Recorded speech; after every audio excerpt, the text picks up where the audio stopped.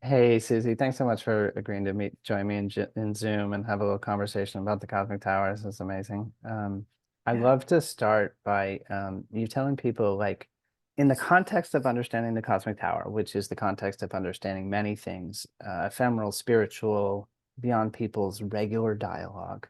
Let's just start with telling them who you are so they understand who's speaking, right? Because not everybody's familiar with you and doesn't have the 7 or 8 year track record that I do of watching you go through all of the steps on a spiritual journey.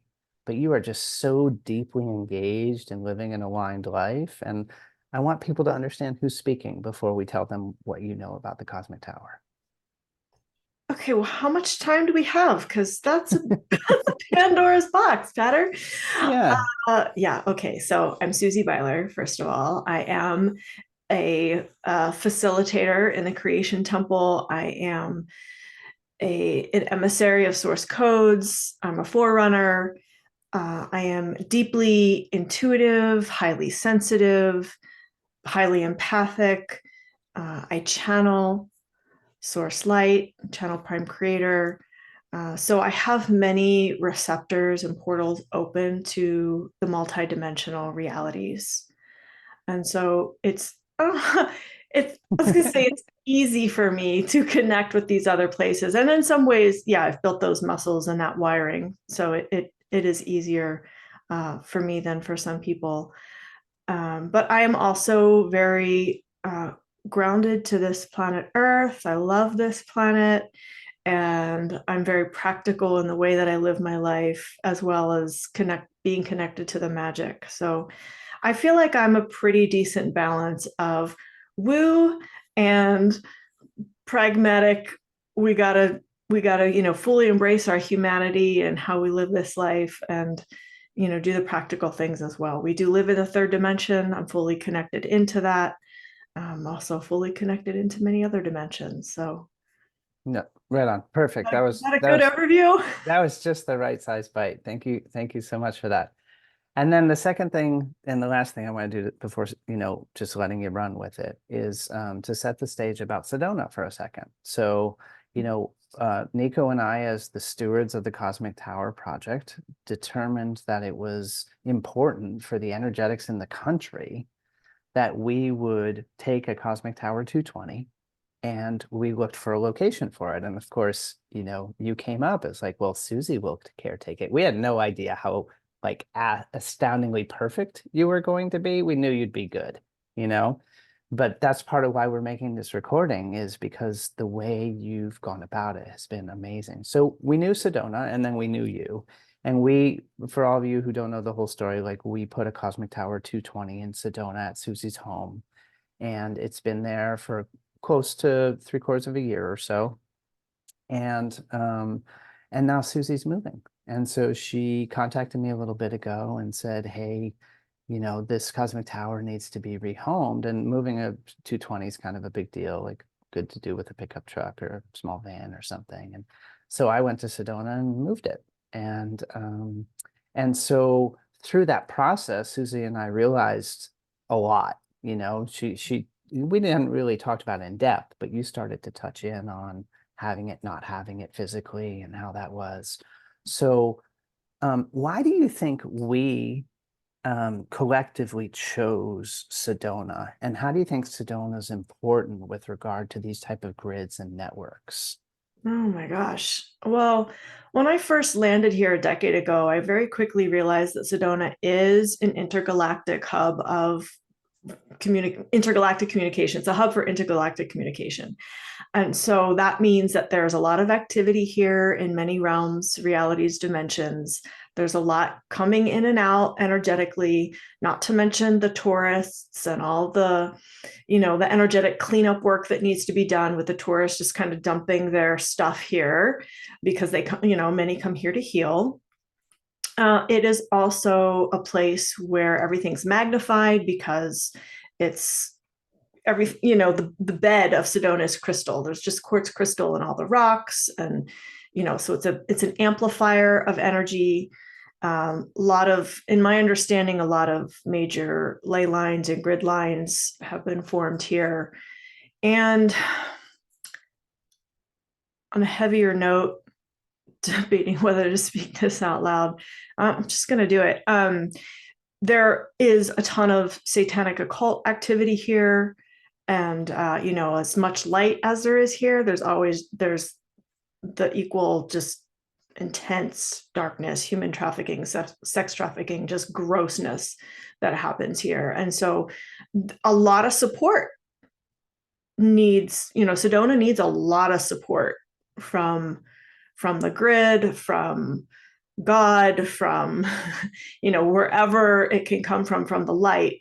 Sedona needs a lot of support because we are working towards transitioning this place to a city of light. And there's a lot of opposition for that, obviously. So Sedona's a big place, as is any major, spiritual mecca. Sedona's not necessarily special in that way. There are many spiritual mecca cities and places on the planet. Sedona is one of them. And there's an intense spiritual battle being fought here.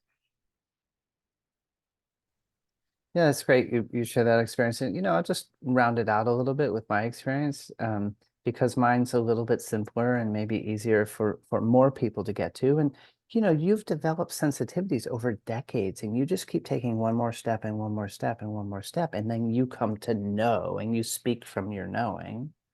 And, I'm newer to the subtle energy sensitivity game in the way that we're talking in the Cosmic Tower community, right? Yeah. And so for me, I've noticed on 6 or 7, maybe 7 or 8 trips to Sedona now, I literally can't be unhappy in Sedona. Like, I can show up unhappy, but as soon as I get on that bed of crystals that is the whole area, it just brings me up. It just feels good. And so those red rocks and that crystal underneath teaches me that it's a spiritual place. So I've gone on a hike, and I've gone into a deep pass, and then gone to a crevice, and gone to the back of the crevice, and like put my hands on the wall on geodes, and made the Ekankar sound of God, and gotten so high that I didn't know what was going on with me. And then I've also gone on like experiences where I was just naturally guided to go interact with a rock.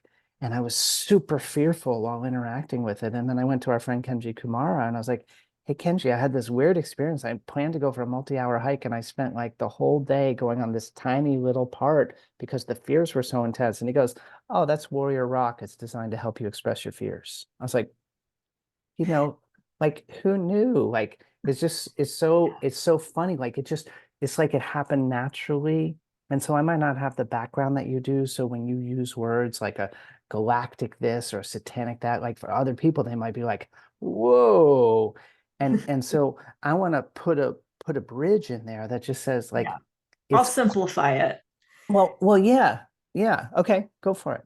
Sedona amplifies what needs to be amplified in you. So whoever comes here, whoever lives here, she amplifies whatever needs to be amplified. Well, God love her, because she's amplified so much joy in me. I love Sedona. Just adore her. Okay. So we got this setting, right? We got the setting with you, and then we got the setting in the city, and then we brought this 220 to you. And I remember, to remind you, prompt you a little, you starting from the beginning, you turned on very slowly, which that in and of itself was an enigma to me. It's like, wait a minute, I don't really understand these cosmic towers or what's going on. So just take yourself back to the beginning. And Sure. I think this is where I just kind of mute myself, and you tell the story all the way to her moving down to Phoenix, and how you feel about that. Like, let's go. Okay, so Yashi came. So it's a he. Yashi came into my life in March of 2023, and when that happened, my life was disrupted in terms of my home stability. There was a big issue with my landlord and my garden, and how he didn't want me to have a garden, all this stuff, and it activated me to go for what I really want, which is not this home. I'm still here, by the way, but to go for what I really want and what I've been called to for a decade since being here in Sedona, which is stewarding a piece of land here. So it was a rough activation because the toxic masculinity showed up, and just like all my triggers that I needed to heal, right? And so Yashi just stood there. Yashi means eminence. So he just stood there, and I don't know if I turned him on or if he turned himself on or how all of that works. All I know is that the degree of turn on was slowly raised over time. And my belief around that is that it happened as I was ready for the power of the tower. Tower power. It it could only, because of the way that I'm wired and my sensitivities, the full power could not be turned on right away because it would have blasted my circuitry. And because of the way we were working together, again, I believe that it had to happen slowly over time so that I could acclimate, so that I could grow more into my power, and also for the community. I have neighbors right next door that this is affecting. So I was also feeling like they needed to acclimate to the power that was happening. And what was really fun to notice over time is that I started to not notice that he was there, but there was this underlying current of connection, and I saw my plants starting to grow towards him. I have these house plants, and they've been growing, but it was just like this slow growth. And I don't know what the normal speed for these house plants to grow at is. I don't know, but it was maybe about the 6-month mark or so that I just started noticing. I was like, wow, these plants are like growing faster than they used to grow. And they're growing in the direction of this tower. So, make that what you will.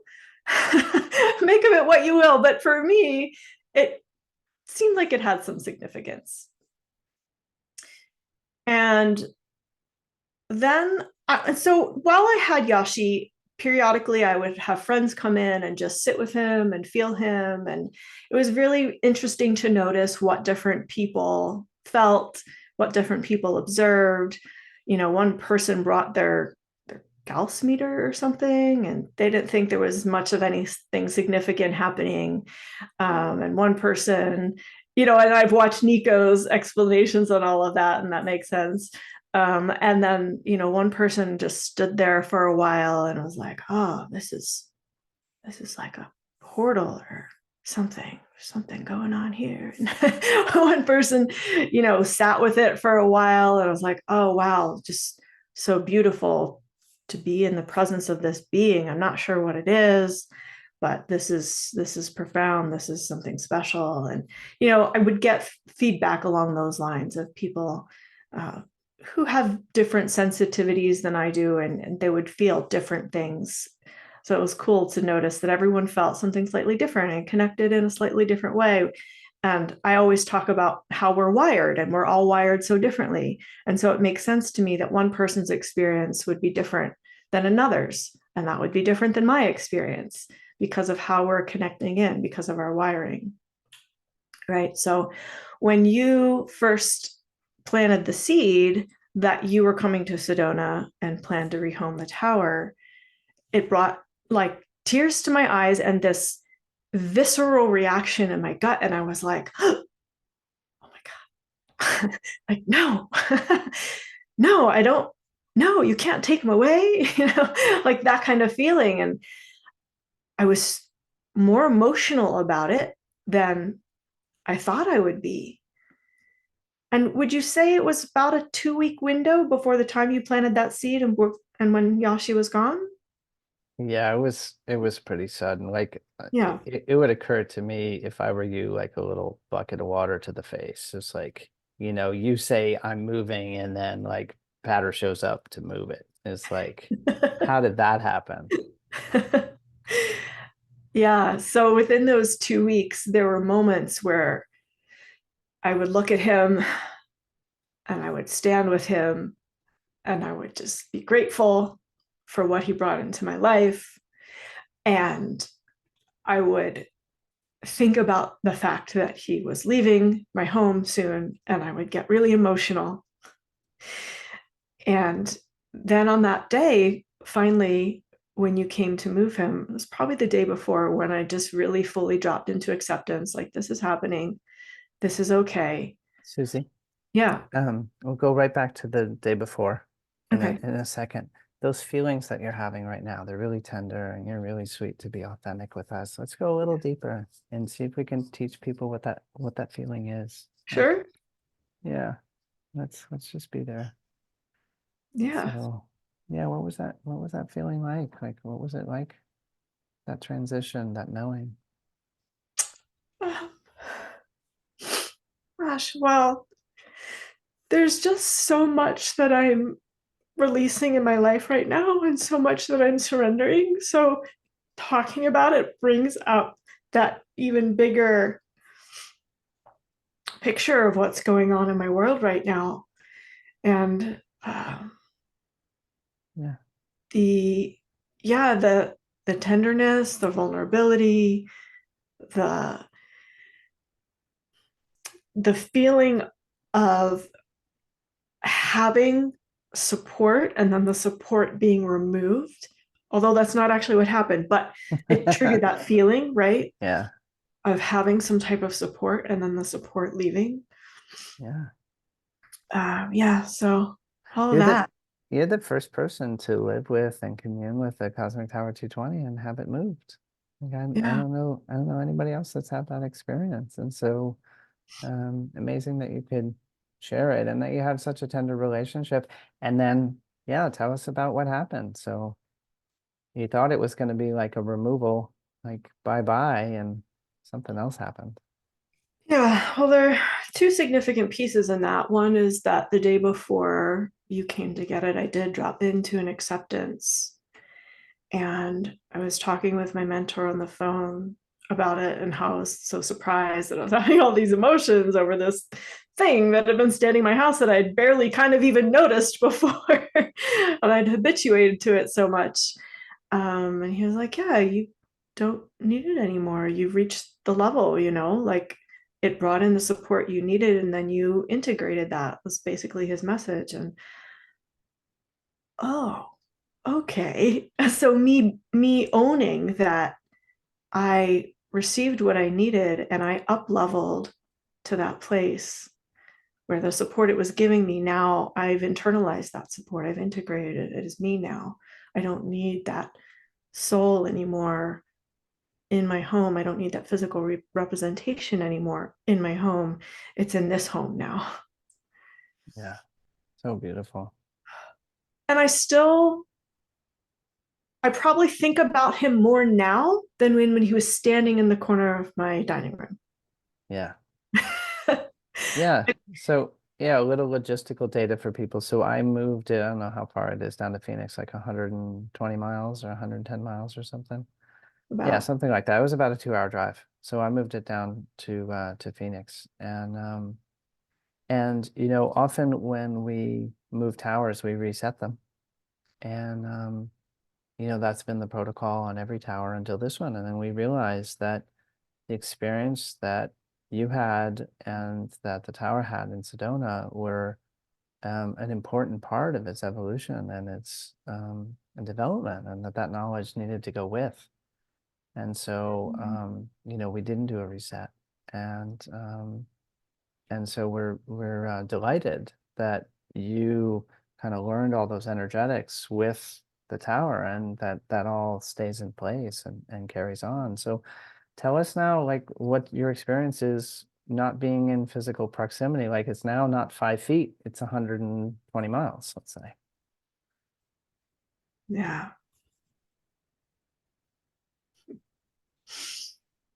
Well, the energy doesn't feel any further away. And again, that's because of how I've internalized it and integrated it. Yeah. And also there there is that longing to still connect. Like I was expressing to you, hey, I might go down to Phoenix. Is there a possibility of me being able to say hello to, And I think about him. Yeah. He's still in my heart, like in my spirit. Yeah. It's very interesting. It is. I don't really know how all that works. I know that um, traveling off of Maui and going through Arizona, I have a 220 in Maui that's in my space, and um, I could feel the 220 that's in my space. Not all the time, but sometimes I put my focus intent there and draw the energy to me. So um, it's an interesting dynamic to be engaged with that. Yeah. And here's the other thing. I have a 35, I think, 35. You Yeah. do. Her Yeah. name is Joya. Yeah. And when Yashi was here, they were very close together in close proximity. She sat on my dining room table most of the time, and he was in the corner of the dining room. When he left, Joya was like, okay, I want to hang out in the bedroom now. So now she's on my nightstand in my bedroom and Wow. has been there ever since Yashi left. Interesting. Yeah. So I don't know what to make of all that or what that means, but Yeah. Has your relationship with the 35, can you speak at all to any awareness that you have about the dynamics between the 35 having a 220 right there in the same room and having it further away? You have any awarenesses around that?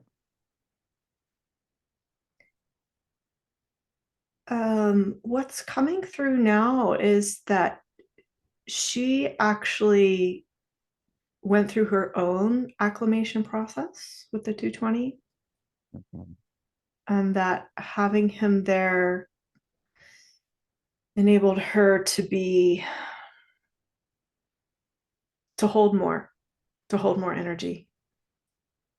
Yeah.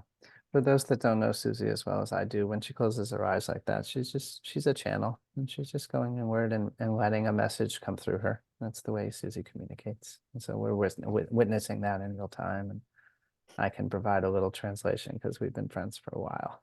Yeah. So yeah, that's super sweet. Yeah, that is. Thank you for asking that question because I hadn't put that together. So Yeah. Well, I wonder, like, I had this sense that this whole experience is divine for you. That it's all been a service to you while it's a service to Sedona and a service to the wider community.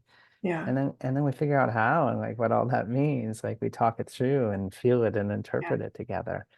And one of the things that makes sense to me is that you and Joya are now different in a meaningful way, and you guys own that, right? yeah, That's just intuitively there for me. yeah, Um, yeah. so pretty I would cool. also like to speak to before I even got the tower. Yeah. I think this is an important piece because I don't know about everyone else, but I had deep concerns because I'm very autonomous and sovereign in my growth path Mm. and in taking responsibility for my energy and the energetics around me. And so I was very curious and had my concerns about bringing a soul into my home. What is this soul going to do? Is this soul going to start taking over some of the stuff that I'm responsible for? How does this work? I don't understand. I had conversations with Nico, I had conversations with you. It was like I really had to vet it out before I even made the decision to purchase. I don't know Yeah. if you remember that, but it was a Yeah, thing. you were neither one of the pre-order early ones, nor were you one of the simple I'll take it ones. You were, Yeah. hey, there were a bunch of calls over a bunch of weeks, and Yeah. you were really feeling it. Yeah. I had to really make sure that this was going to be something in alignment for my path and the way that I do things. And when I finally said yes, I remember this peace washed over me and I was like, okay, this is good. And then I think I don't remember exactly how it worked, but I think after I purchased Joya, then you were like, hey, will you steward this? And then it was this whole extra gift that I got it for saying yes. Yeah. Yeah. Yeah. But I think Yes. that's important because I think it is important for people to understand that when they're bringing different frequencies and energetics into their world, that there are consequences. And those consequences can be of the light, they can be of the shadow, but it's important to understand, like, we just, sometimes just blindly follow things that other people are doing. And it's important to make sure that the choices we're making are correct for us and not just to follow someone else. And just because it's good for someone else doesn't mean it's going to be good for us. Yeah. Yeah. What a beautiful narrative. And give you a second here to think if there's anything else that wants to come through you to be expressed. I don't have a next question, but just hold space. We're going to be quiet for a second, guys, while Susie sees if there's anything else.